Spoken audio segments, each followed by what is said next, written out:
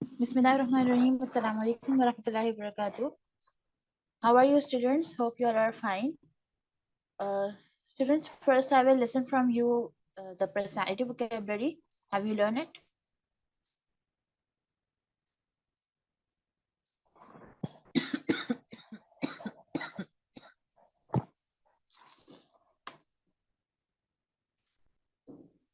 Voice slow है अभी ठीक है वॉइस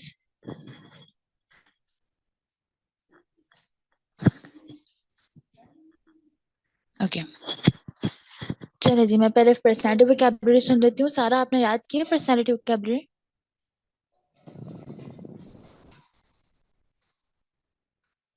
चलिए ठीक है कोई बात नहीं Maryam unmute your mic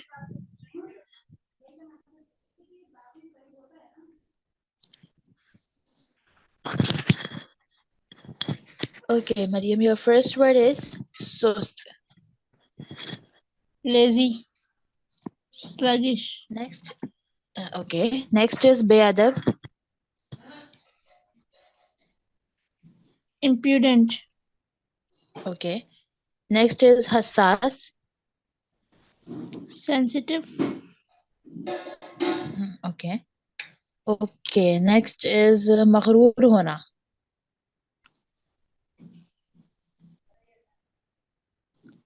haughty, हौसले वाला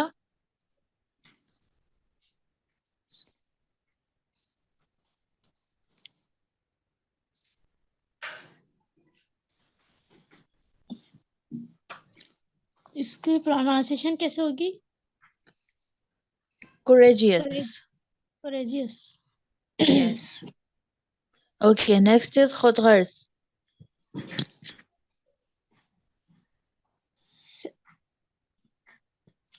egoistical, egoistical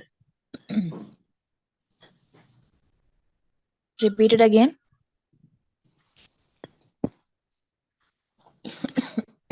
egoistical, okay next is बेफिक्र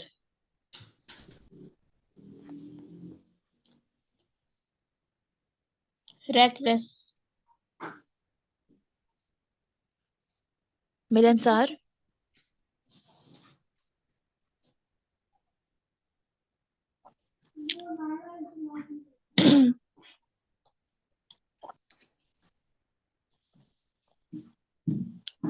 amiable, okay okay good Mariam unmute your mic sorry mute your mic अच्छा स्टूडेंट्स आप लोग मेरा एक काम तो कर दीजिए जाके ग्रुप में एक मैसेज कर दीजिए ताकि यमुना भी क्लास ज्वाइन कर लें मैं उन्हीं की वजह से वेट कर रही थी अभी आ गई यमुना रहने दें साथ में स्टार्ट हो जाए टॉपिक तो वो ज्यादा आसान होता है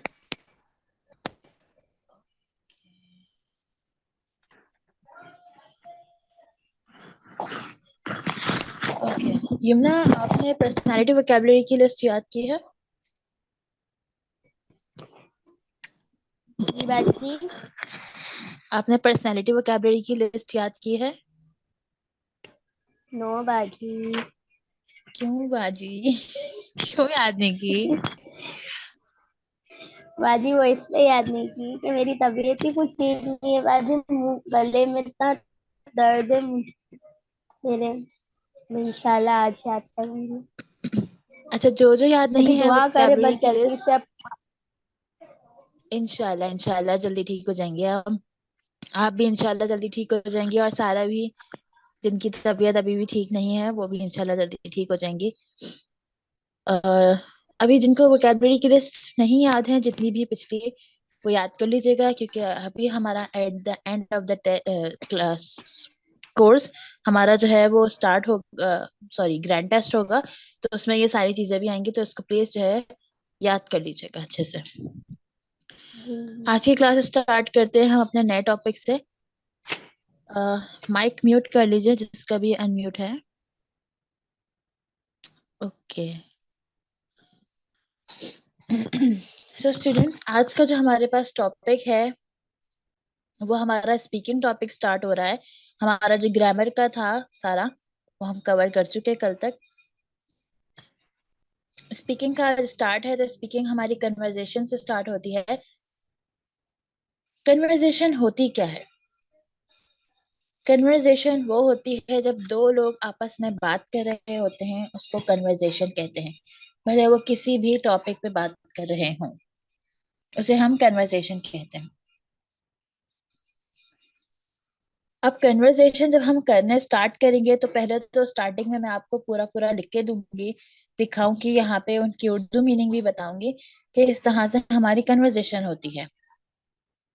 फिर आपको जो है ना उसी टॉपिक पे लाइव क्लास में मैं दो लोगों का पेयर बना दूंगी और वहां पे आप लोगों को आपस में अपनी कन्वर्सेशन करनी होगी इंग्लिश में। ठीक है जी। तो पहला जो हमारा टॉपिक स्टार्ट होगा आज की कन्वर्सेशन का, वो कन्वर्सेशन है इंट्रोडक्शन की। आप लोगों को याद होगा स्टूडेंट, जब हमने अपना कोर्स स्टार्ट किया था तब भी हमने अपना फर्स्ट टॉपिक इंट्रोडक्शन का ही रखा था, और जब हम अपने कन्वर्सेशन स्टार्ट कर रहे हैं तब भी हमारा फर्स्ट टॉपिक जो है वो इंट्रोडक्शन ही है। उस वक्त भी मैंने आपको बताया था कि इंट्रोडक्शन क्या होता है, क्यों जरूरी होता है इंट्रोडक्शन।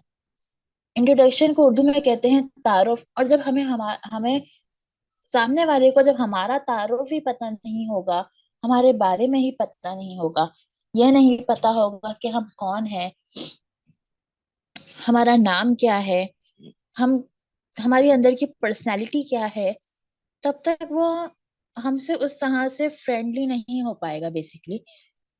तो तारुफ जो होता है, जो इंट्रोडक्शन होता है, वो बहुत ज्यादा इम्पोर्टेंट होता है, और ये हमारी कामयाबी का भी एक बहुत बड़ा सोर्स है।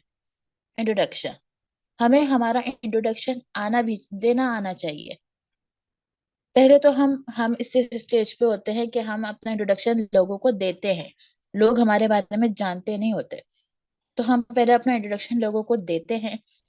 फिर जब जैसे जैसे हम पॉपुलर होते चले जाते हैं तो फिर हम लोगों के इंट्रोडक्शंस लेते हैं।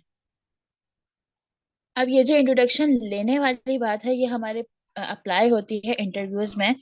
कि फॉर एग्जांपल मैं किसी अगर जेंट्स की बात करूं, तो वो अभी इस स्टेज पे कि वो अभी जॉब के लिए इधर उधर फिर रहा है, तो वो अपने बारे में लोगों को बताता फिरेगा कि मैं ऐसा हूँ, मेरा नाम ये है, मैं ये हूँ, मैं मुझे इस चीज की जो है वो मेरे अंदर ये टैलेंट्स हैं, मेरे अंदर ये स्किल्स हैं।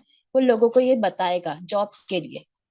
लेकिन एक वक्त आएगा कि वो बहुत बड़ा एक बिजनेसमैन बन जाएगा, तो फिर वो क्या करेगा, वो लोगों से उनके बारे में पूछेगा कि तुम्हारे अंदर क्या स्किल्स है, तुम्हारे अंदर क्या टैलेंट है। तो पहले हम इस स्टेज पे होते हैं कि हम लोगों को इंट्रोडक्शन देते हैं, और फिर हम इस स्टेज पे पहुंच जाते हैं कि हम लोगों के इंट्रोडक्शन ले रहे होते हैं इंटरव्यू की सूरत। तो बेसिकली इंट्रोडक्शन टॉपिक तो बहुत छोटा होता है और बहुत आम सा टॉपिक है, लेकिन बहुत मायने रखता है, बहुत ज्यादा, ये क्या कहना चाहिए, बहुत ज्यादा इम्पोर्टेंट है हमारे लिए कि हमें इंट्रोडक्शन आना चाहिए। तो बेसिकली यहाँ पे हम कन्वर्जेशन डिस्कस करेंगे between the Noor and Laiba. ये दोनों एक दोस्त होती हैं जो कि एक यूनिवर्सिटी में समझने आपस में मिलती हैं। तो ये एक दूसरे के बारे में एक दूसरे से सवाल भी कर रही होती हैं और अपने बारे में बता भी रही होती हैं। तो ये कन्वर्जेशन बिटवीन टू फ्रेंड्स है, बिटवीन नूर एंड लाइबा, उनके मैंने नाम दे दिए हैं। तो हम अपनी कन्वर्जेशन स्टार्ट करते हैं। कन्वर्जेशन बेसिकली हमारे डायलॉग्स की सूरत में होती है, तो ये वैसे ही लिखा हुआ है यहाँ पे। स्टार्ट करते हैं। Noor, hi I am Noor, what's your name? Laiba, hi I am Laiba, how are you? Noor, I'm fine. What about you? Laiba, I'm also good. Noor, how old are you? Laiba, I'm 18 years old. What age of yours?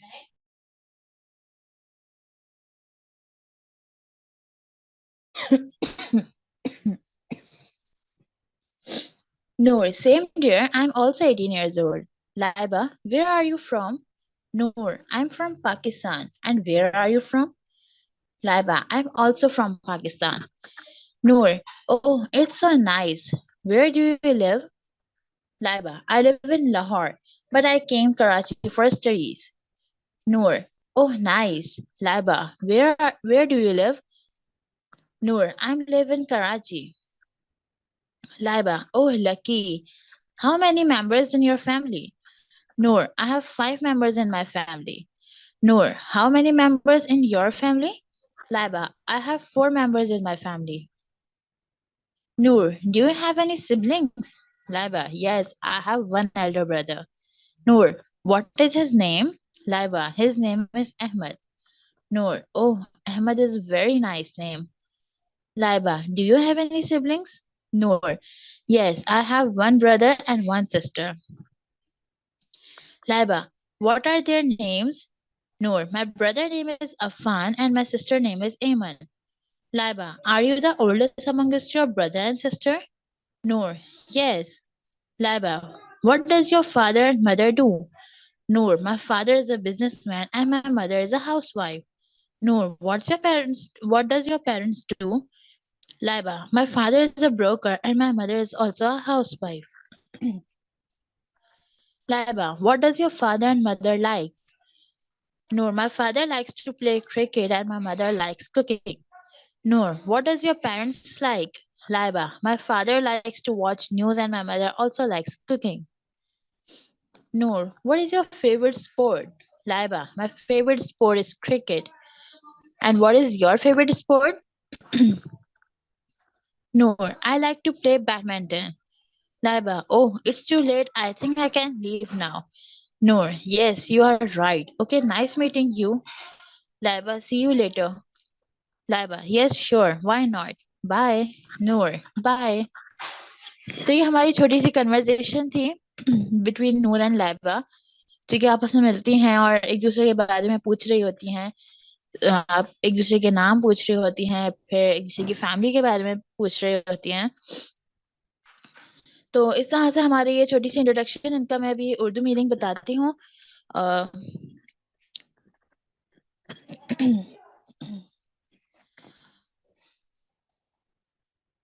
Students, wait a minute, I'll come.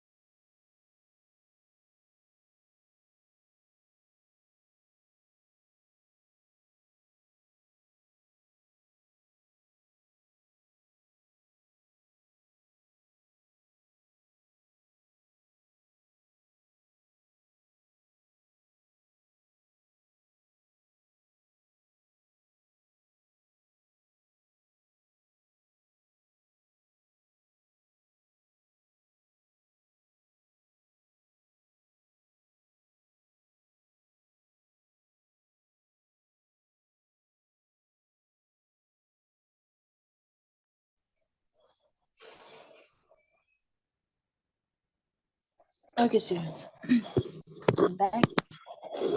हम तो थोड़ा सा Urdu translation भी देख लेते हैं, उसके बाद फिर हम आगे बढ़ते हैं। Noor, hi I am Noor, what's your name? Hi, मैं नूर हूँ, तुम्हारा क्या नाम है?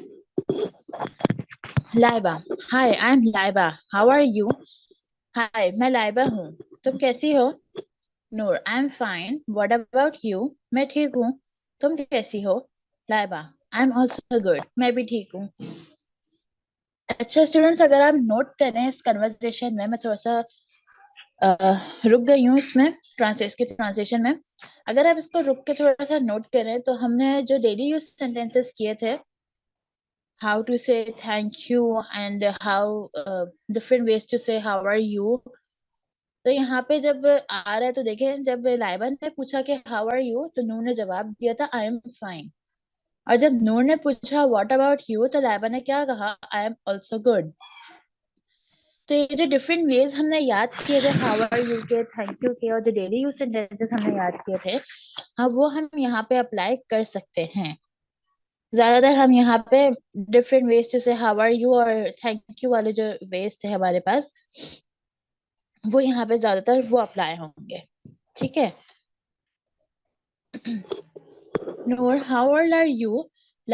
तुम कितने साल की हो? Laiba, I M 18 years old, मैं 18 साल की हूँ। और व्हाट एज ऑफ योर्स, और तुम्हारी क्या एज है? Noor, same dear, I am also 18 years old, मैं भी 18 ही साल की हूँ। Laiba, where are you from? तुम कहाँ से हो? अब अगर आपको ये याद हो कि हमने इंट्रोडक्शन जब हमने स्टार्टिंग में किया था, तो वहां पे मैंने आपको ये सेंटेंस भी लिखवाया था, आई एम फ्रॉम, और वहां पे हमें अपने कंट्री का नेम लिखना था। तो लाइबा यही पूछ रही है नूर से कि वेयर आर यू फ्रॉम, तुम कहाँ से हो? तो नूर, आई एम फ्रॉम पाकिस्तान। जब हमसे कोई ये पूछता है कि आप कहाँ से हो, तो वहां पे हमें अपने कंट्री का नाम बताना होता है। तो नूर ने दोबारा से लाइबा से पूछा कि वेयर आर यू फ्रॉम, तुम कहाँ से हो? Laiba, I am also from Pakistan, मैं भी पाकिस्तान से ही हूँ। नूर, ओह इट्स सो नाइस, ओह ये तो बहुत अच्छी बात है। Where do you live? अब जरूरी नहीं होता कि जिसकी नेशनैलिटी या जिसकी बिलोंगिंग जो है वो पाकिस्तान से है, वो पाकिस्तान में ही रहता हो, ये जरूरी नहीं है। बहुत सारे ऐसे लोग होते हैं जिनकी नेशनैलिटी पाकिस्तान की होती है, लेकिन वो रहते अमेरिका में है, जॉब के सिलसिले में या किसी और वजह से वो वहां रह रहे होते हैं। तो इसलिए जब भी आप किसी से बात करें, किसी के बारे में जान रहे हो, तो ये दोनों सवाल ही जो है ना वो इम्पोर्टेंट रखते हैं, क्या आप कहाँ से हो और आप रहते कहाँ हो। जरूरी बिल्कुल भी नहीं होता कि जो जहाँ से बिलोंग करता है वो वहीं रहता भी हो, और जो जहाँ रहता है वो वहीं से बिलोंग भी करता हो। अगर कोई अमेरिका में रह रहा है तो जरूरी नहीं है उसकी नेशनलिटी अमेरिकन ही है, वो पाकिस्तान से भी हो सकता है। ठीक है, तो ये दोनों सवाल बहुत ज्यादा इंपॉर्टेंट रखते हैं। Where do you live? तुम कहाँ रहती हो? Laiba, I live in Lahore but I came Karachi for studies. मैं लाहौर में रहती हूँ लेकिन मैं कराची आई हूँ पढ़ने के लिए। Noor, oh nice. Laiba, where do you live?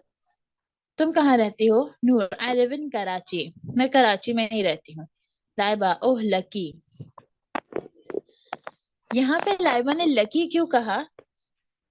क्योंकि यहाँ पे लाइबा को अपना घर छोड़ के आना पड़ा था, अपनी फैमिली को छोड़ के आना पड़ा लाहौर से कराची पढ़ने के लिए। लेकिन नूर तो यहीं रहती थी कराची में, तो उसको कहीं अपने फैमिली से दूर नहीं जाना पड़ा पढ़ने के लिए, अपनी फैमिली को छोड़ना नहीं पड़ा उसको। उसको यहीं पे स्टडीज करने का मौका मिल गया, तो इसलिए लाइबा ने यहाँ पे कहा ओह लकी। ठीक है, आगे बढ़ते हैं। How many members in your family? तुम्हारी फैमिली में कितने लोग रहते हैं, कितने अफराद रहते हैं? Noor, I have 5 members in my family, मेरी फैमिली में 5 अफराद रहते हैं, 5 मेंबर्स हैं मेरी फैमिली में। Noor, how many members in your family? तुम्हारी फैमिली में कितने मेंबर्स रहते हैं? Laiba, I have 4 members in my family, मेरी फैमिली में 4 अफराद रहते हैं।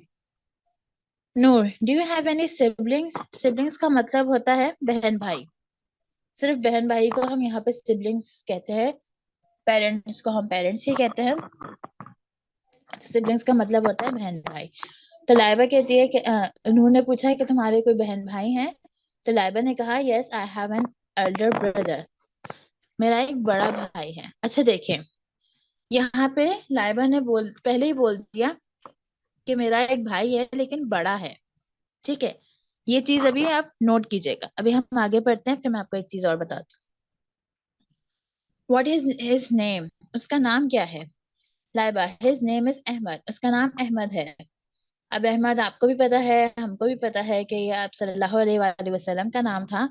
तो ये तो है ही इतना प्यारा नाम, और इसको भी रखना चाहिए। मुझे लगता है कि बहुत प्यारा नाम है अहमद, मुझे भी बहुत पसंद है पर्सनली।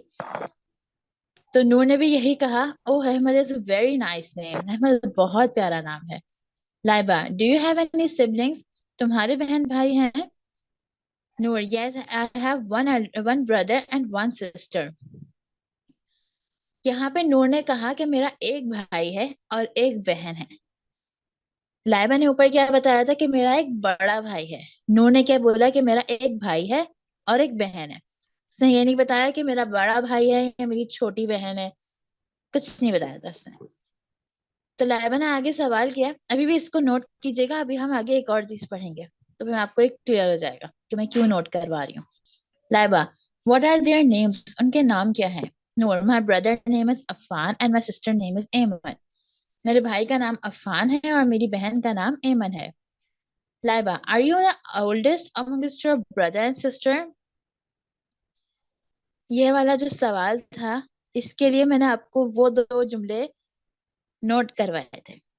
लाइबा ने क्या पूछा, जबकि नूर ने ये नहीं बताया था कि उसके भाई बड़ा है या छोटा है या बहन बड़ी है या छोटी है। तो लाइबा ने आगे सवाल क्या किया, are you the oldest amongst your brother and sister, क्या तुम अपने भाई या बहन से जो है वो बड़ी हो? तो नूर ने फिर जवाब दिया, यस मैं उनसे बड़ी हूँ। अगर यहाँ पे नूर बोल देती आई have one younger brother and one younger sister, तो लाइबा ये क्वेश्चन ना पूछती। ठीक है, तो इसीलिए मैंने नोट करवाया था कि यहाँ पे लाइबा ने मेंशन कर दिया था कि मेरा एक बड़ा भाई है, तो इसीलिए नूर ने ये क्वेश्चन नहीं पूछा। लेकिन नूर ने यहाँ मेंशन नहीं किया था कि मेरा बड़ा भाई है, छोटा भाई है, बड़ी बहन है, छोटी बहन है, इसलिए लाइबा ने यहाँ पे ये क्वेश्चन किया। ठीक है, आगे बढ़ते हैं। Laiba, what does your father and mother do, तुम्हारे अम्मी और अबू क्या करते हैं? यहाँ पे प्रोफेशन की बात हो रही है। तो Noor, my father is a businessman and my mother is a housewife, मेरे फादर एक बिजनेसमैन है और मेरी मदर जो है एक हाउसवाइफ है। Noor, what does your parents do? अच्छा एक चीज और देखें यहाँ पे कि लाइबा ने सवाल तो पूछा सेम, लाइबा और नूर का क्वेश्चन देखें बिल्कुल सेम है, लेकिन क्या है लाइबा ने क्या पूछा, what does your father and mother do. अगर वो सिर्फ पूछती थी what does your parents do, तो भी वो गलत नहीं होता, और ये भी जो उसने क्वेश्चन पूछा है ये भी गलत नहीं। आजकल की दुनिया जो है ना वो बहुत शॉर्ट है, हर कोई शॉर्ट पे जाता है। ठीक है, तो हमें भी शॉर्ट पे ही जाना चाहिए, हमें ये नहीं पूछना चाहिए कि what does your father and mother do, ये लंबा सेंटेंस हो गया। जबकि इन्होंने क्या पूछा, what does your parents do, parents में दोनों आ जाते हैं। जब उसने दोनों का ही पूछना था तो यहाँ पे हम सिर्फ पेरेंट्स कह के भी वो कर सकते थे, लेकिन अगर फॉर एग्जाम्पल हमने यहाँ पे सिर्फ फादर का पूछना था तो फिर हम बोल सकते थे कि what does your father do. ठीक है ना, तो ये दोनों चीजों में फर्क होता है। सिर्फ लंबाई के हिसाब से फर्क है, मतलब सेम ही है दोनों का। लेकिन मैं ये बता रही हूँ कि हमें जो है वो शॉर्ट पे जाना चाहिए। लोग इतने बड़े बड़े सेंटेंसेस हमारे नहीं सुनते, वो लोग आधे सुन के चले जाते हैं। तो इसलिए हमें जो है ना वो शॉर्ट पे जाना चाहिए कि हम अपनी बात कम टाइम पे बोलें लेकिन पूरी बोल दें। ठीक है, आगे बढ़ते हैं। Laiba, my father is a broker and my mother is a housewife, मेरे फादर एक ब्रोकर हैं और मेरी मदर जो है वो भी एक हाउसवाइफ है। लाइबा ने फिर सवाल किया, what does your father and mother like? ठीक है, फिर वही लंबा सेंटेंस हो गया। एनीवेज आगे बढ़ते हैं। Noor, my father likes to play cricket and my mother likes cooking, मेरे फादर को क्रिकेट खेलना पसंद है और मेरी मदर को कुकिंग पसंद है। Noor, what does your parents like? Noor मुझे लगता है बहुत बहुत जल्दी थी उसको, इसलिए उसने जल्दी जल्दी सारे सवाल कर लिए थे। Laiba, my father likes to watch news and my mother also likes cooking. हम में से बहुत सारे फादर, सबके फादर ऐसे ही होंगे कि उनको न्यूज देखना बहुत पसंद होगा। तो इसी तरह से लाइबा के फादर को भी न्यूज देखना बहुत पसंद है, और उसकी अम्मी को भी कुकिंग बहुत पसंद है, जो कि हर किसी की मदर को पसंद होती है। Noor, what is your favourite sport? तुम्हारा फेवरेट स्पोर्ट कौन सा है? Laiba, my favourite sport is cricket. मेरा फेवरेट स्पोर्ट है क्रिकेट। और तुम्हारा फेवरेट स्पोर्ट कौन सा है? Noor, I like to play badminton. मुझे बैडमिंटन खेलना बहुत पसंद है। लाइबा ने अचानक घड़ी देखी तो उसको याद आया, oh it's too late, I think I can leave now. इतनी देर हो चुकी है, मुझे लगता है मुझे चलना चाहिए। Noor, yes you are right, okay nice meeting you Laiba, see you later. Noor को भी ख्याल आया, हाँ तुम ठीक कह रही हो, बहुत अच्छा लगा तुमसे मिलकर लाइबा, हम फिर मिलेंगे। Laiba, yes sure why not, हाँ हाँ क्यों नहीं। बाय नूर, बाय। यहाँ हम की कन्वर्सेशन खत्म हो गई, और यहाँ पे हमारा पहली कन्वर्सेशन का टॉपिक भी खत्म हो गया। जी स्टूडेंट्स, अब मुझे बताएं, आप लोग क्लियर हुआ आपको कन्वर्सेशन किस तरह से करनी चाहिए? सिर्फ हम, जरूरी नहीं है कि हम बात कर रहे हैं तो सामने वाले सिर्फ हमसे सवाल करता रहेगा। नहीं, हमें भी सामने से सवाल करना चाहिए। इससे क्या होता है, इससे हमारे कॉन्फिडेंस भी बहुत बढ़ता है। जी स्टूडेंट्स, सारा और मरियम, ठीक है अल्हम्दुलिल्लाह सबको क्लियर हो चुका है ये हमारा टॉपिक। नया टॉपिक हमने स्टार्ट किया है। होमवर्क में आपको हाथ के हाथ बता रही हूँ, मुझे ग्रुप में, मेरे सच्ची कल टाइम नहीं मिला मुझे, मेरी अम्मी की तबीयत भी ठीक नहीं थी कुछ, तो इस वजह से मुझे और टाइम नहीं मिला। होमवर्क में आपको हाथ के हाथ बता देती हूँ। होमवर्क आपका यही होगा कि ये कन्वर्सेशन का टॉपिक आप लोगों ने अच्छे तरीके से प्रैक्टिस करनी होगी। अपने किसी घर वाले के घर में किसी को पकड़ लीजिएगा, बहन को, भाई को, किसी को भी पकड़ के उसके साथ आप लोगों ने कन्वर्सेशन की इंग्लिश में प्रैक्टिस करनी होगी। ये कन्वर्सेशन का टॉपिक, सॉरी, ये कन्वर्सेशन पूरी मैं आपको सेंड तो कर दूंगी, लेकिन जरूरी नहीं है यही सेम सवाल आप करें, उसी वही सेम जवाब आप दें। आप अपने मुतालिक जवाब दीजिए, ठीक है? लाइव क्लास में आप लोगों की कन्वर्सेशन करवाऊंगी मैं, और प्लीज अच्छे से प्रैक्टिस करके आइएगा, ठीक है? और मैं आगे आपको इडियम्स दे देती हूँ। इडियम्स कल वाले भी हैं और आज वाले भी होंगे, तो उनको भी अच्छे से आप लोग याद कर लीजिएगा, ठीक है जी? आज मैं आप लोगों को छोटी सी लिस्ट दे देती हूँ इडियम्स की, ठीक है? ऐसा कर लेते हैं, क्योंकि कल वाले भी है ना, तो कल वाले और आज वाले मिला के आप लोगों को याद करना होगा। तो इडियम्स की मैं छोटी सी लिस्ट दे देती हूँ आपको आज आपको। Okay. The first idiom of today's class is prevention is better than cure.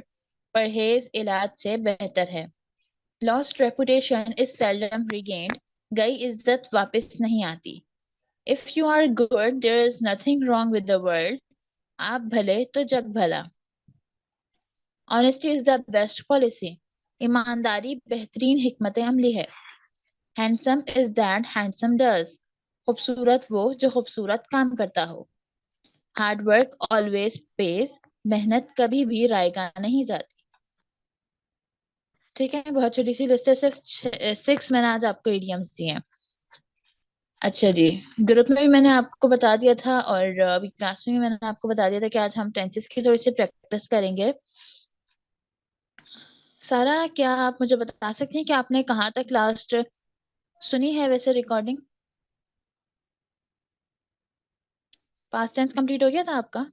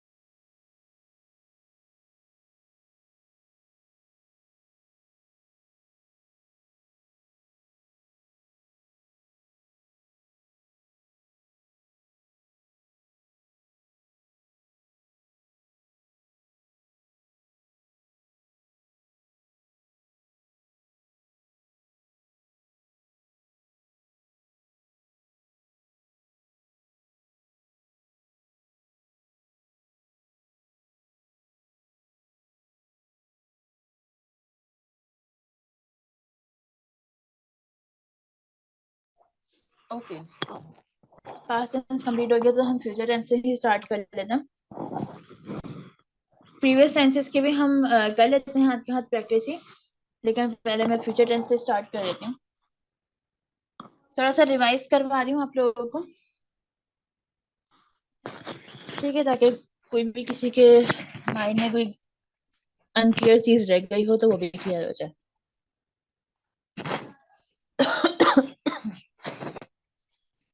Future tense हमने स्टार्ट करना है। हर टेंस की तरह फ्यूचर टेंस के भी 4 टाइप्स हैं। Future indefinite tense, future continuous tense, future perfect tense और फ्यूचर परफेक्ट कंटिन्यूअस टेंस। सबसे पहले हम फ्यूचर इंडेफिनिट या फिर सिंपल फ्यूचर जो भी हम इसको कह रहे हैं वो हम स्टार्ट करेंगे अपना। सिंपल फ्यूचर टेंस की फ्यूचर टेंस की सॉरी सिर्फ सिंपल नहीं, पूरे फ्यूचर टेंस की एक खास बात ये है कि इसका जो हेल्पिंग वर्ब है ना वो इसकी सारी टाइप्स में यूज होगा। एक ही 2 हेल्पिंग वर्ब आप समझ लें इसके हैं, और वो सारे जो है ना वो उसके हर टाइप में यूज होने वाले हैं। तो इस हिसाब से ये फ्यूचर टेंस बहुत ज्यादा इजी है। अगर मैं आपको इसकी एग्जांपल में अगर आपको प्रेजेंट टेंस या पास्ट टेंस से रिलेटेड दूं तो पीछे आपको जाना पड़ेगा थोड़ा सा फ्लैशबैक में। प्रेजेंट इंडेफिनिट टेंस हमने पढ़ा था तो उसके अंदर हमारे पास जो हेल्पिंग वर्ब्स आ रहे थे वो डू या डज थे। फिर प्रेजेंट कंटिन्यूअस में हमारे पास 3 हेल्पिंग वर्ब थे, इज, एम, आर। फिर उसके बाद प्रेजेंट परफेक्ट में हमारे पास हेल्पिंग वर्ब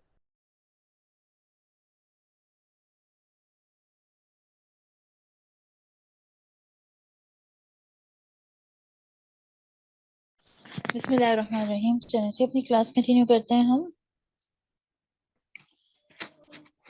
जी, मैं आपको ये बता रही थी कि प्रेजेंट हम परफेक्ट पे थे ना, तो प्रेजेंट परफेक्ट में जो हमारे पास हेल्पिंग वर्ब यूज होता है वो होता है हैज या हैव, ठीक है जी। और फिर प्रेजेंट परफेक्ट कंटिन्यूअस में हमारे पास जो हेल्पिंग वर्ब यूज होता है वो होता है हैज बीन या हैव बीन। तो चारों में हमारे पास अलग अलग हेल्पिंग वर्ब यूज आता है, ठीक है जी। फिर अगर हम पास्ट इंडेफिनिट टेंस में आ जाए तो हमारे पास हेल्पिंग वर्ब यूज आता है डेड। पास्ट कंटिन्यूअस में आ जाए तो was a verb. Past perfect में हैड। पास्ट परफेक्ट कंटिन्यूअस में हमारे पास हैड बीन। चारों में अलग अलग यूज होता है, मेन वर्ब भी हमारे पास अलग यूज होता है। फ्यूचर टेंस हमारे पास ऐसा टेंस है जिसमें हमारे पास हमारा जो मेन हेल्पिंग वर्ब है वो सेम रहेगा हमारे 4 टाइप्स में। सिंपल फ्यूचर टेंस हम जल्दी से स्टार्ट कर लेते हैं। सिंपल फ्यूचर टेंस की जो आइडेंटिफिकेशन होती है वो होती है ता, गा, ती, गी या ते। ये बेसिकली ये हमारी आइडेंटिफिकेशन होती हैं, लेकिन इसके अलावा भी ता, होगा भी हो सकती है, होगी भी हो सकती है, जैसा आप नीचे एग्जांपल्स देख सकते हैं। ये भी हमारे पास आ सकती है। वो स्कूल जाता होगा, उसे आइसक्रीम पसंद होगी, तुम्हें ये कपड़े पसंद आएंगे। These are the examples of simple future tense and urgent tenses. आगे बढ़ते हैं। Sequence of simple future tense. जो सिंपल फ्यूचर टेंस की जो हमारे पास सीक्वेंस आती है वो होती है subject and helping verb, then verb की first form and then object. सिर्फ वर्ब की फर्स्ट फॉर्म लगती है यहाँ पे। आगे बढ़ते हैं।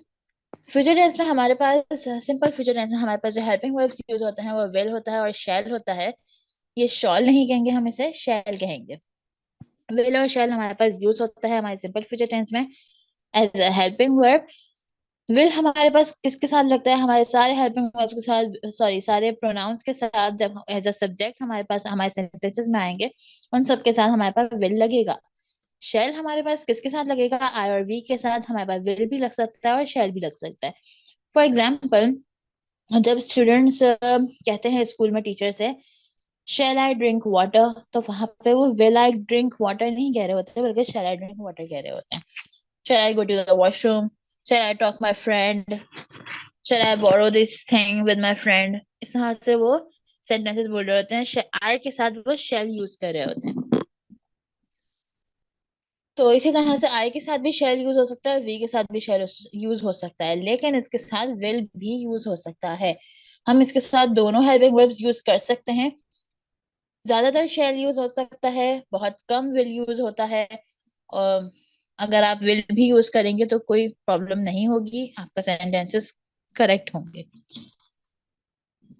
विल हमारे पास लगेगा he she it you name they, singular plural सबके साथ। आई और वी के साथ हमारे पास विल भी यूज हो सकता है और शैल भी यूज हो सकता है। जल्दी से एक बार सिंपल फ्यूचर टेंस की सीक्वेंस पे दोहरा लेते हैं अपनी नजर। अफर्मेटिव सेंटेंस सब्जेक्ट आएगा, फिर हेल्पिंग वर्ब, देन वर्ब की first form and then object. बहुत इजी सा है।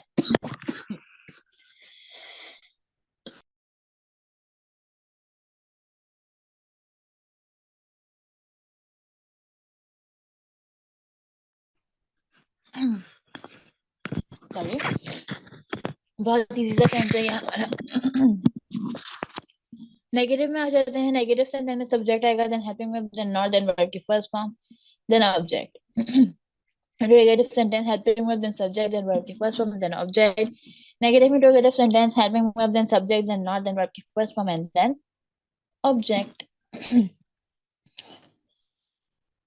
अच्छा जी स्टूडेंट्स, मुझे बता दीजिए कि सिंपल फ्यूचर टेंस क्लियर है? स्क्रीन नहीं दिख रही तो दोबारा से शेयर कर देते हैं स्क्रीन।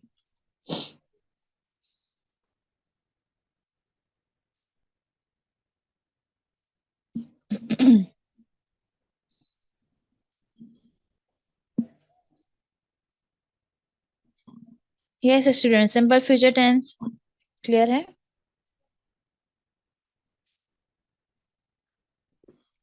चलिए, सारा हैव यू क्लियर है?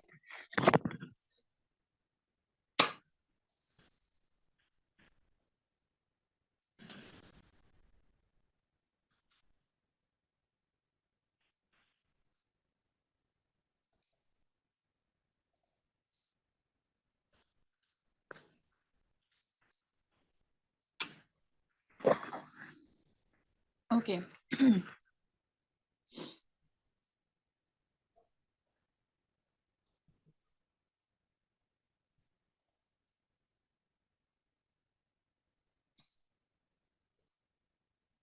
Okay we move.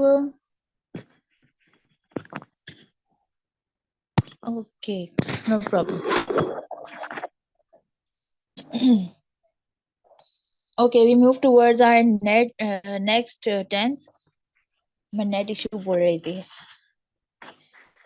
चलिए जी, नेक्स्ट टेंस की तरफ हम बढ़ते हैं। फ्यूचर कंटिन्यूअस टेंस,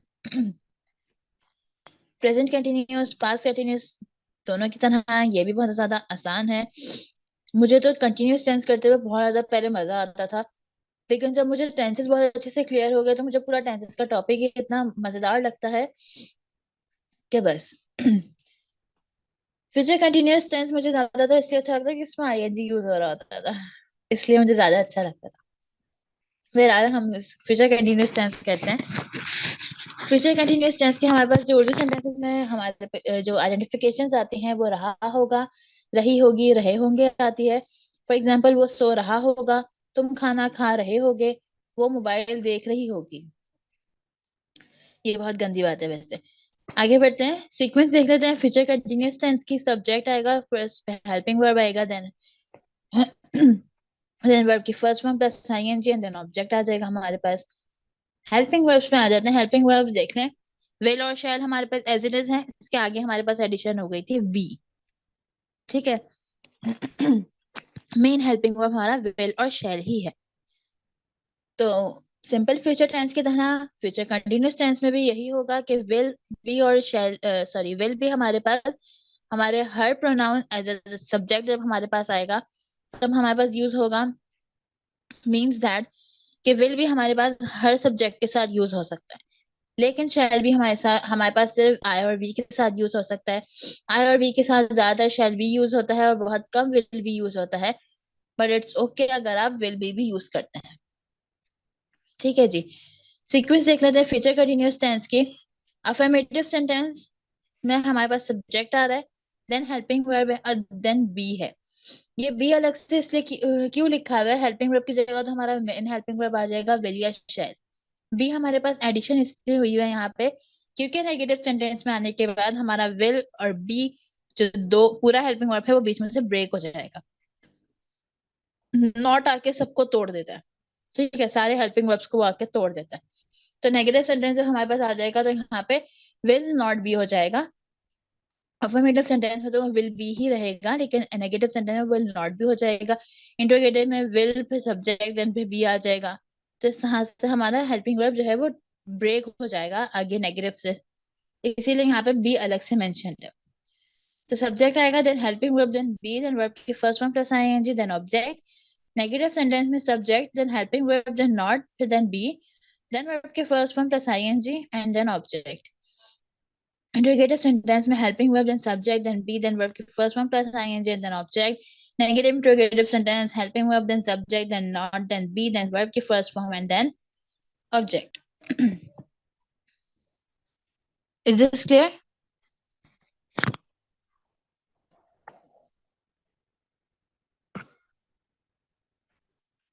किसी को जो भी इशू आ रहा है वो हाथ के हाथ पूछ लीजिए, ताकि फिर जब आप कल के टेस्ट की तैयारी करें तो आपको प्रॉब्लम ना हो। ठीक है।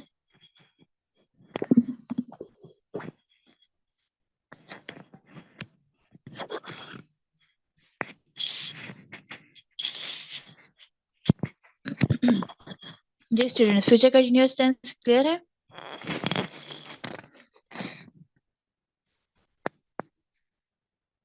Okay good.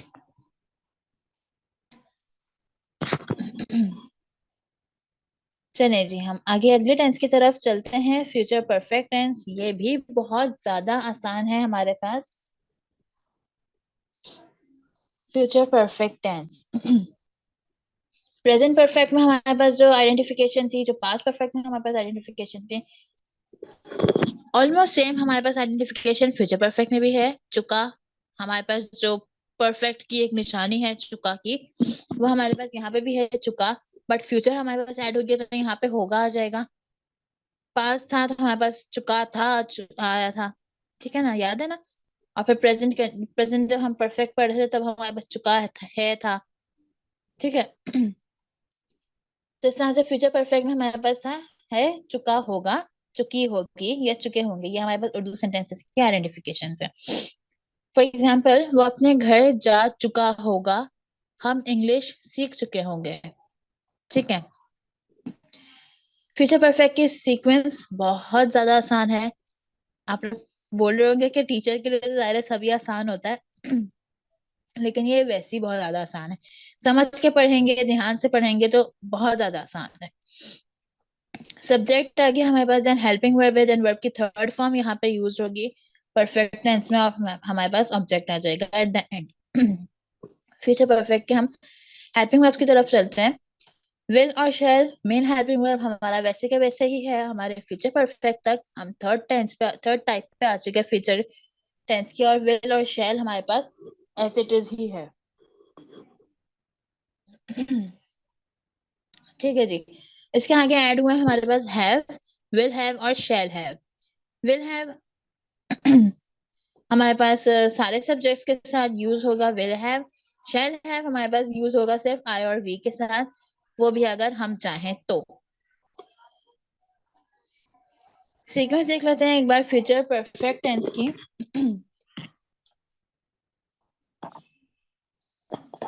अफर्मेटिव सेंटेंस में हमारे पास सब्जेक्ट आ रहा है, देन हेल्पिंग वर्ब है, देन हैव है। वही बात है, बी की तरह ही यहाँ पे ये हो रहा है। क्या हेल्पिंग वर्ब की जगह हमारे पास विल या शैल ऐड हो जाएगा, और हैव हमारे पास बाद में होगा, क्योंकि नेगेटिव सेंटेंस में आके नॉट सबको ब्रेक कर देता है, तो इसको भी वो ब्रेक कर देगा, विल नॉट हैव हो जाएगा या शैल नॉट हैव हो जाएगा।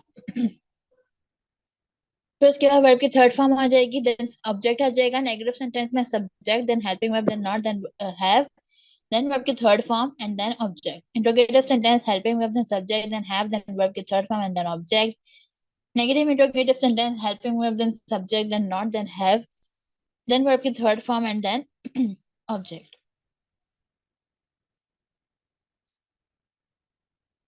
फिर से परफेक्ट टेंस क्लियर है?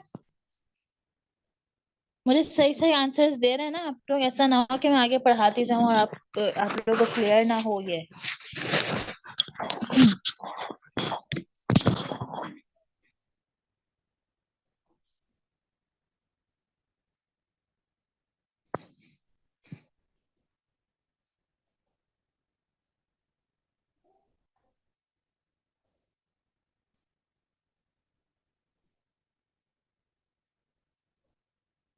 अच्छा, फिर आप सब कह रहे हैं माशाल्लाह से कि क्लियर है, तो फिर मैं एक काम करती हूँ, मैं एक सेंटेंस दे रही हूँ, वो जरा सब आप जरा ट्रांसलेट करके दिखाएं, उसी फॉर्म में ट्रांसलेट करेगा जिस फॉर्म में मैं दे रही हूँ। ठीक है, फिर मैं देखती हूँ क्लियर है या नहीं। फ्यूचर टेंस में से ही दूंगी और इन्हीं तीन टाइप में से दूंगी।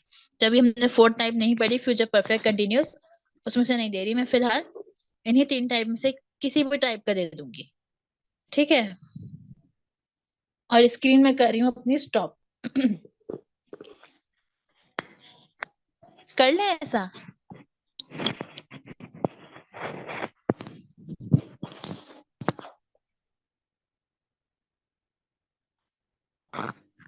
ठीक है, फिर हम ऐसा कर ही लेते हैं। स्क्रीन कर दी मैंने स्टॉप, और आपका सेंटेंस है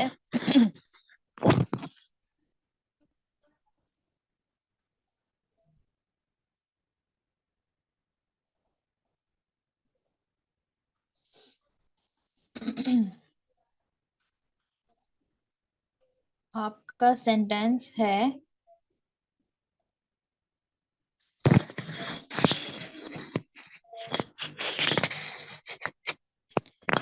वो गरीबों की मदद कर रही होगी। जी जी, कोशिश करें, इंशाल्लाह हो जाएगा। ज्यादा मुश्किल नहीं दे रही मैं। वो गरीबों की मदद कर रही होगी। गौर से देखिएगा इसका आइडेंटिफिकेशन कि ये कौन सा टेंस है। ठीक है, उसके बाद फिर फॉर्म देखिएगा और उसके बाद फिर ट्रांसलेट करिएगा। और यही पैटर्न आप अपने टेस्ट में भी रखिएगा। ठीक है, वो गरीबों की मदद कर रही होगी।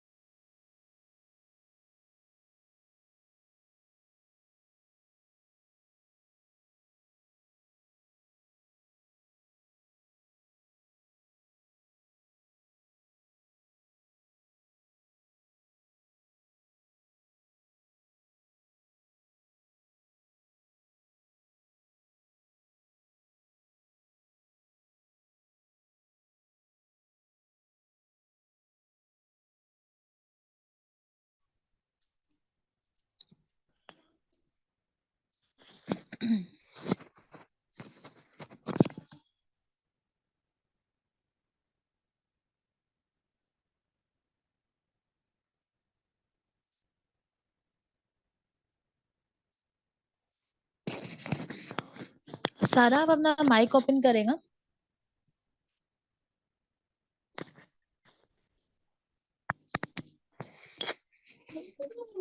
जी मैम। आप ये बताएं ये कौन सा टेंस था।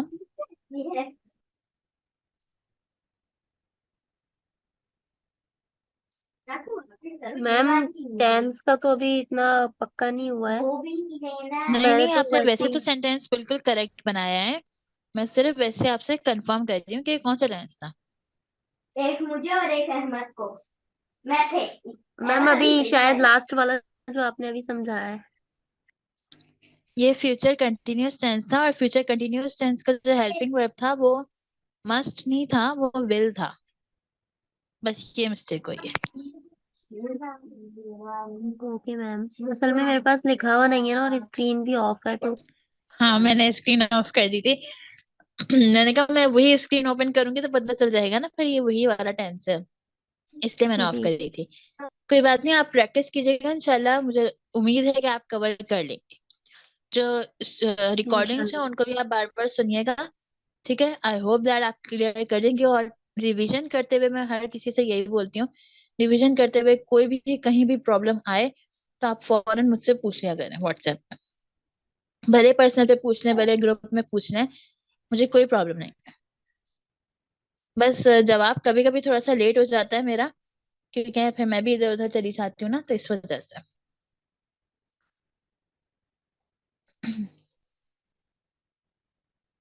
चले फिर हम अपना लास्ट टेंस भी एक बार इसको भी देख लेते हैं, उसके बाद फिर हम अपने क्लास वाइंड अप करते हैं। ठीक है जी। फ्यूचर परफेक्ट कंटिन्यूस टेंस है।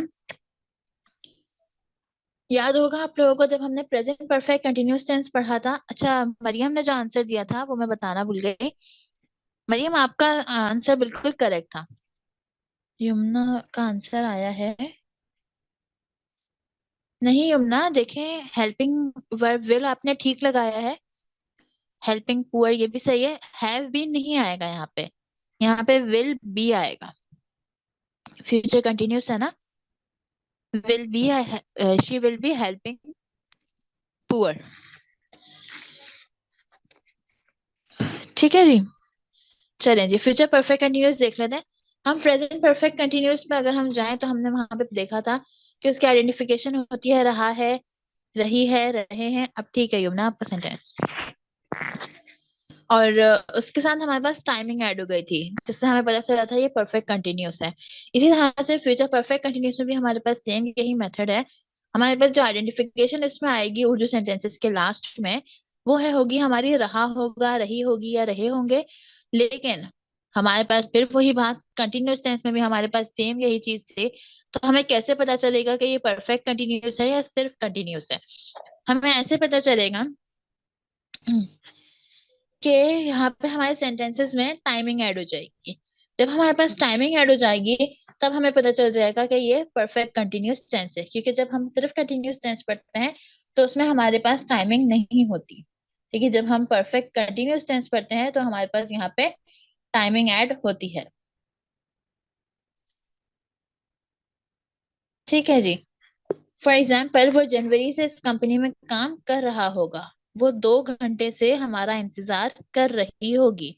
अब फिर टाइमिंग के मुताबिक मैं फिर वही बात बता दूं आप लोगों को, टाइमिंग जरूरी नहीं है सिर्फ हमारी घड़ी के जो 24 घंटे हैं, हमारे दिन के जो 24 घंटे हैं सिर्फ वही हो टाइमिंग में ऐड। नहीं, वो महीने भी हो सकते हैं, साल भी हो सकते हैं, सदियां भी हो सकती हैं। ठीक है, वो कुछ भी हो सकता है, वो हमारी टाइमिंग के अंदर ऐड हो जाएगा। फ्यूचर परफेक्ट कंटिन्यूस की हमारे पास जो सीक्वेंस आती है वो होती है subject, then helping verb, then verb के first form plus ING, then object, then for और since and then time. For since के बारे में मैं एक बार फिर से रिपीट कर देती हूँ। फॉर हमारे पास तब आता है, तो हमारा वो फॉर या सिंस जो भी हमारे पास आएगा वो हमारा टाइम से पहले आएगा, टाइम से पहले आएगा। और फॉर हमारे पास तब आएगा जब हमें क्लियर टाइमिंग मालूम नहीं होगी, तब हमारे पास आएगा फॉर। अब वो 2 घंटे से हमारा इंतजार कर रही होगी, तो वो 2 घंटे कौन से 2 घंटे हमें नहीं मालूम है। ठीक है, लेकिन जनवरी हमें मालूम है कि वो जनवरी से इस कंपनी में काम कर रहा है, हमें पता है, बिल्कुल कंफर्म रिपोर्ट है ये हमारे पास। ठीक है, तो यहाँ पे जब कंफर्म रिपोर्ट आ गई हमारे पास, सॉरी, कंफर्म हमारे पास टाइमिंग आ गई, तो हमारे पास यहाँ पे आ जाएगा सिंस। और जब हमारे पास कंफर्म टाइमिंग नहीं होगी तो यहाँ पे आ जाएगा हमारे पास फॉर। फ्यूचर परफेक्ट कंटिन्यूस में हमारे पास हेल्पिंग वर्ब है। अब ये फोर्थ टाइप है और लास्ट टाइप है हमारे पास फ्यूचर टेंस की, और आप देख सकते हैं विल और शैल हमारे पास कंटिन्यूअसली मेन हेल्पिंग वर्ब्स में चलता आ रहा है। ठीक है, तो विल हैव बीन है हमारे पास और शैल हैव बीन है। ये सबसे बड़ा एक तो हमारा हेल्पिंग वर्ब है हमारे पूरे टेंसेस के टॉपिक में। इतना बड़ा हेल्पिंग वर्ब हमने अभी तक नहीं देखा है, और ये लास्ट टेंस है हमारा, और लास्ट टेंस में हमारा सबसे बड़ा हेल्पिंग वर्ब है। Will have been and shall have been. पिछले सारे हेल्पिंग वर्ब्स की तरह इस तरह से ये भी विल हैव बीन हमारे पास सारे सब्जेक्ट्स के साथ यूज होगा, जबकि शैल हैव बीन हमारे पास सिर्फ आई और वी के साथ यूज होगा। आई और वी के साथ हमारे पास विल हैव बीन भी यूज हो सकता है, लेकिन इट्स अप टू अस कि हम क्या यूज करते हैं। यहाँ पे शैल हैव बीन यूज करते हैं, यहाँ पे विल हैव बीन यूज करते हैं। एक बार सीक्वेंस देख लेते हैं हम फ्यूचर परफेक्ट कंटिन्यूअस टेंस के। सीक्वेंस है हमारे पास अफर्मेटिव सेंटेंस की subject, then helping verb, then have been. अच्छा जी, अगर हम यहाँ पे थोड़ा सा रुकें और एक चीज फ्लैशबैक में जाके देखें, तो प्रेजेंट परफेक्ट कंटिन्यूअस टेंस में, प्रेजेंट परफेक्ट कंटिन्यूअस टेंस में हमारे पास हेल्पिंग वर्ब था हैव बीन, और वो हेल्पिंग वर्ब हमारा नेगेटिव सेंटेंस में आके ब्रेक हो गया था, हैव नॉट बीन हो गया था। इस इस टेंस में हमारे पास हैव बीन हमारा ब्रेक नहीं होगा, हैव बीन हमारा एज इट इज रहेगा, लेकिन हमारा विल के बाद या शैल के बाद जो है हमारा नॉट लगेगा, और हैव बीन हमारा ऐसे ही रहेगा, यानी विल नॉट हैव बीन हो जाएगा। जो हमारा नेगेटिव सेंटेंस में ब्रेक होना है हेल्पिंग वर्ब, वो विल नॉट हैव बीन होगा, हैव नॉट बीन नहीं होगा। ठीक है, विल हैव नॉट बीन नहीं होगा बल्कि विल नॉट हैव बीन होगा।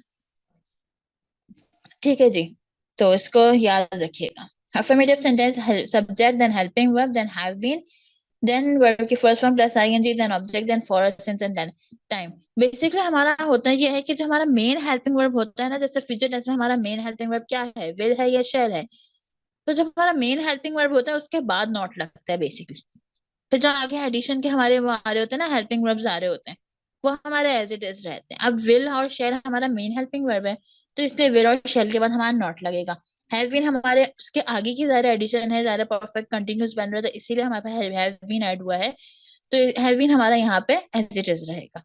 बेसिकली मेन हेल्पिंग वर्ब के बाद हमारे पास नॉट ऐड होता है negative sentence. Negative sentence help subject then helping verb then not then have been and verb की first one plus ing then object then for since and then time. Interrogative sentence helping verb subject then have been then verb की first one plus ing then object then for since and then time. Negative interrogative sentence helping verb then subject then not then have been then verb की first one plus ing then object then for since and then time. ठीक है जी, ये हमारे हो गए future tense complete. Hope so कि आप लोगों को क्लियर हो गए होंगे। एक दफा मुझे बता भी दें ताकि मुझे तसल्ली हो जाए कि आप लोगों को क्लियर हो गए ये सारे टेंसेस।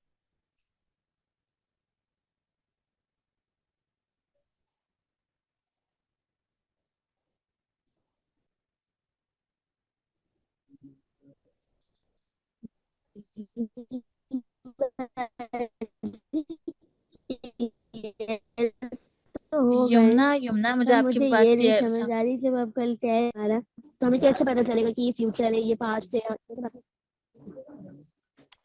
ये कैसे पता चलेगा हमें फ्यूचर है पास्ट है या प्रेजेंट है, ऐसे ही बोल रहे हैं आप?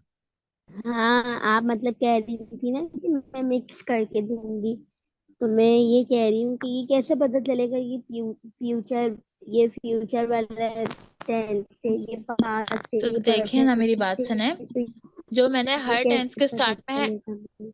ठीक है, हर टेंस के स्टार्ट में जो मैंने आपको ये आइडेंटिफिकेशंस पढ़ाई हैं, इन्हीं से पता चलेगा कि ये पास्ट है, प्रेजेंट है या फ्यूचर है। ठीक है, जी ठीक है। फ्यूचर होगा तो होगा, होगी, हो गया, आएगा, और कंटिन्यू, जैसे अब ये है परफेक्ट कंटिन्यूस है ये, तो इसमें रहा होगा, रही होगी, रहे होंगे एंड में आएगा, लेकिन बीच में क्या आ जाएगी, टाइमिंग ऐड हो जाएगी, इस वजह से हमें पता चलेगा perfect future perfect continuous tense है। एग्जाम्पल्स भी मैं आपको नीचे सेंटेंसेस की सूरत में देती हूँ ना, वो जनवरी से इस कंपनी में काम कर रहा होगा, तो यहाँ पे कर रहा हम्म, होगा हमारे पास जो है वो एंड में आइडेंटिफिकेशन आ गई, और बीच में हमारे पास टाइमिंग आ गई। ठीक ठीक है ठीक है। स्टूडेंट्स, अगर ज्यादा प्रॉब्लम हो रही है कल के लिए टेस्ट में, तो फिर हम मंडे को ले लेते हैं, कोई प्रॉब्लम नहीं, मंडे को ले लें।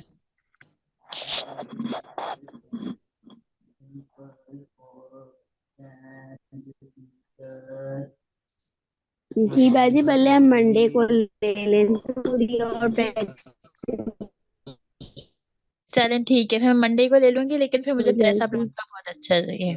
मंडे टेस्ट टेस्ट हो अच्छा, सही है इंशाल्लाह। अच्छा, आप जो कह रही थी हेल्पिंग वर्ब के बारे में, जो मैंने बता रही थी, मैं ये बता रही थी, कहाँ गया वो, कि अब देखिए हमारा जो मेन हेल्पिंग वर्ब था वो विल था या शैल था, तो जो हमारा मेन हेल्पिंग वर्ब होता है ना, उसके बाद हमेशा नॉट लगता है, और जो आगे के एडिशन हमारे पास वर्ड्स होते हैं हेल्पिंग वर्ब के अंदर, वो हमारे एज इट इज ही रहते हैं, वो ब्रेक नहीं होते कभी। हेल्पिंग वर्ब के बाद हमेशा नॉट लगता है, ये बता रही थी। ठीक है जी, क्लियर है। अब हम मंडे को फिर इंशाल्लाह टेस्ट ले लेंगे। मरियम, आप एग्री हैं मंडे के टेस्ट के लिए?